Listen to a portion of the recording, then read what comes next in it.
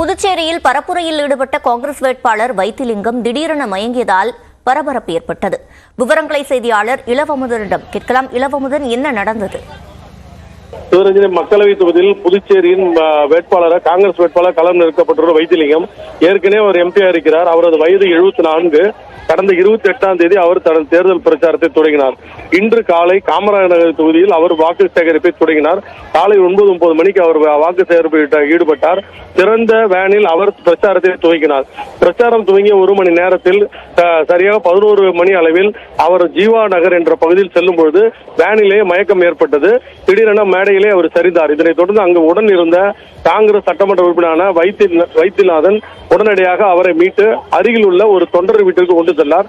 அங்கு அவர் மயங்க நிலையில் தான் இருந்தார். உடனடியாக மருத்துவர் பரிசோதித்த போது அவருக்கு லோ பிபி, ரத்த அழுத்தம் குறைவாக இருந்ததை தெரிய தொடர்ந்து அவருக்கு சிகிச்சை அளிக்கப்பட்டது.